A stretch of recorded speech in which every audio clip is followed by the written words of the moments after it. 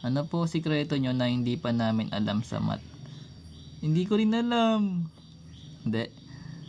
Alam nyo na lahat eh. Lahat ng alam ko tinuturo ko na dito eh. Actually lahat ng alam ko tinuturo ko dito guys.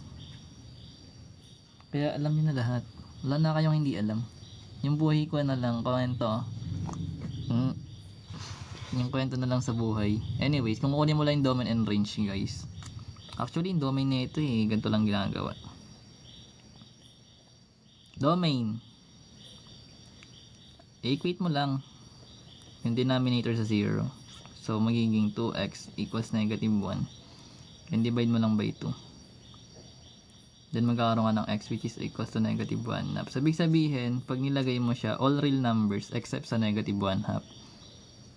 Okay?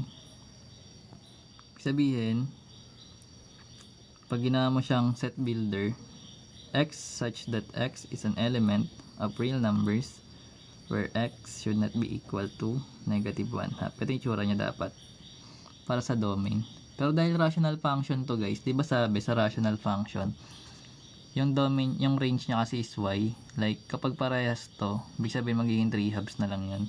Yung kasi yung y yung horizontal asymptote mo kapag parehas. Pero kung kinuha mo siya, kapag parehas yung degree, ganun pa rin naman yan. Parang magiging y equals 3 halves na siya. Kasi parehas ng degree. So, pag ginawa mo naman sa range, tapos ginawa mo siyang set builder, magkakaroon ka ng y such that y is an element of real number where y is should not be equal to 3 halves. Yan siya tsura. Kapag sa domain x, then sa range is y. Pero kung gusto mo to i-check guys na 3 halves talaga siya, pagdating sa range, kunin mo inverse neto. So, big sabihin para makuha yung range neto, pwede mong gamitin yung inverse function.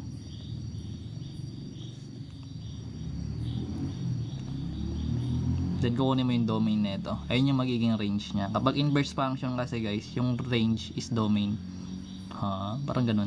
So, big sabihin magkakaroon tayo ng f of x equals 3x plus over 2x plus 1. Then, di ba sa inverse function guys, nilalat natin yung y. Yung f of x yun, remember.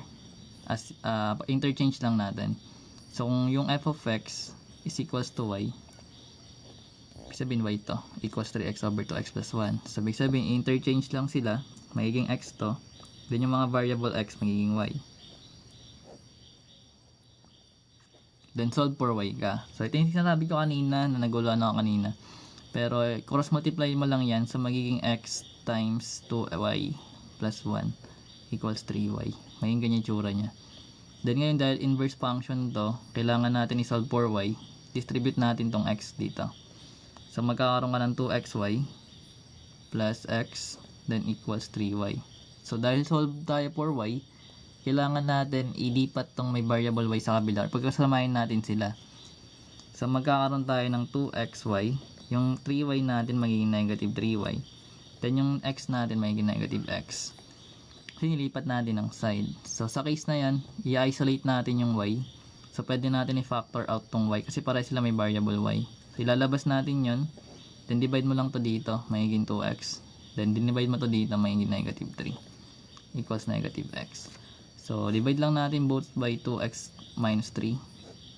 Para makuha natin yung y. So, magkakaroon tayo ng negative x over 2x minus 3. So, sabi natin sa domain, kunin mo lang yung range. Diba nasa y to? So, yung domain na ito guys, yun yung restriction nya. Yun yung range. So, pag inequate mo yung 2x minus 3 sa 0, magkakaroon ka dito ng 2x equals 3. Then divide mo lang by 2. Magiging x equals to 3 halves pa rin. Ito yung value ng range natin kasi y siya. So, ibig sabihin ito pa rin siya. So, based nga sa concept ng asymptote, kapag parehas sila ng degree, i-equate mo lang tong 3 over 2 mo. Equate